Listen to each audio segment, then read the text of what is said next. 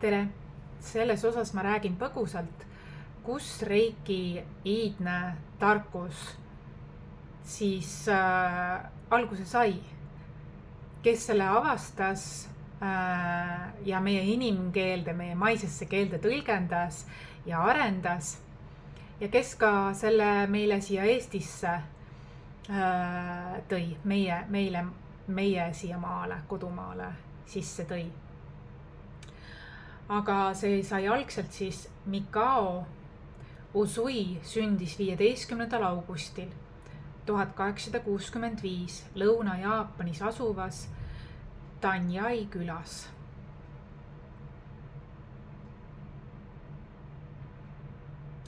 Usui abiellus Sadakoga ja neil oli 2 last, tüdruk ja poiss. Usui suri 9. märtsil 1926 aastal.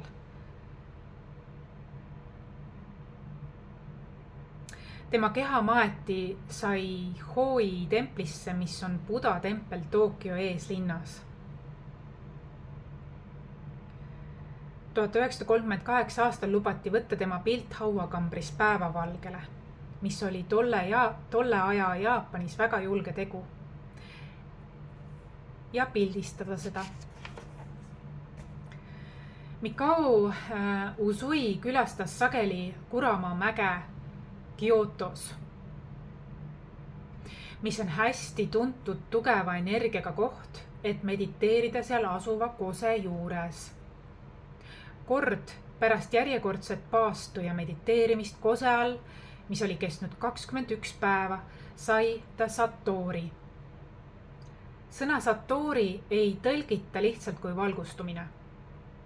Traditsiooniliselt see sõna märgib kõrgema tahte põgusat vilksatust või äkilist arusaamist. See äkiline arusaamine reikis toimus märtsis 1921 aastal. Algul kasutas ta reikit enesel ja oma perekonnal. See toimis nii hästi erinevate haiguste parandamisel, et ta otsustas jagada oma teadmisi ja reiki väge teistega.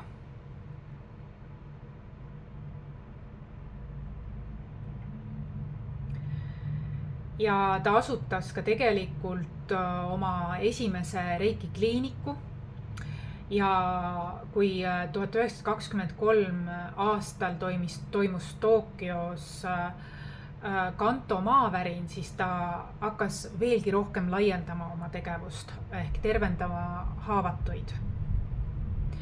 Lõpuks jäi tema kliinik väikeseks, et käsitleda kõiki abivajajaid. Ja ta lasi ehitada veelgi suurema uue kliiniku,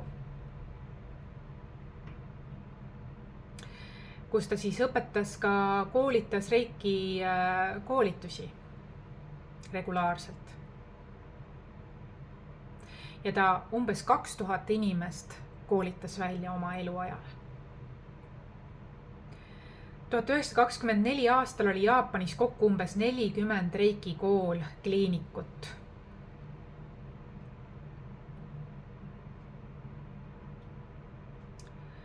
Ja tegelikult kronoloogia, reiki nii-öelda liini kronoloogia ütleb, et see tuli Jaapanist Rootsi ja Rootsist Soome ja Soomest siis Eestisse.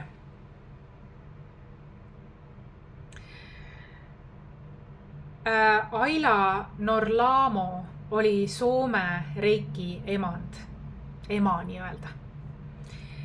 Ja Eestisse tõi reiki läbi tema siis Aila Norlamo Soomest, Raili Raunio. Et tema õpetas põhiliselt Põltsamaa suveseminaridel, aga ka Tallinnas.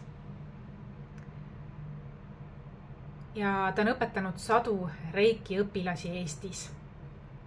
Tema tõi siis esimest korda reiki Eestisse üldse ja nüüd on väga palju reiki praktiseerijaid ja õpetajaid. Tänapäeval on see väga levinud ja normaalne isegi. Mu klientide seaski on väga palju reikitajaid. Ja järgmises osas teeme sulle reiki esimese astme hääletuse ja ma räägin ka kividest, poolvääriskividest, mis kindlasti sind sellel teel aitavad, toetavad, tasakaalustavad ja väestavad.